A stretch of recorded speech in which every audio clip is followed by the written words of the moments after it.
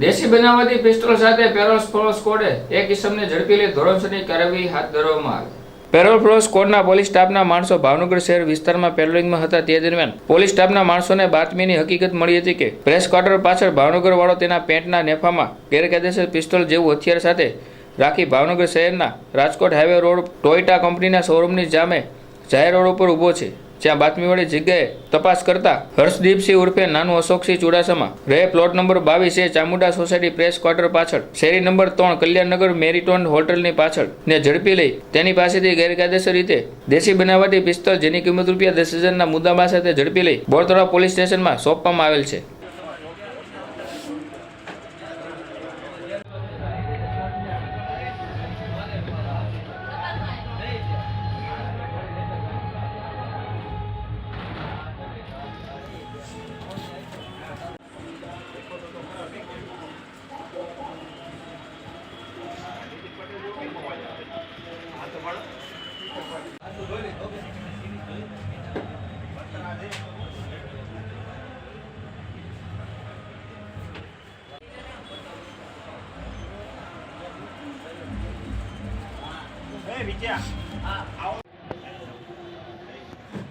મારા માણસ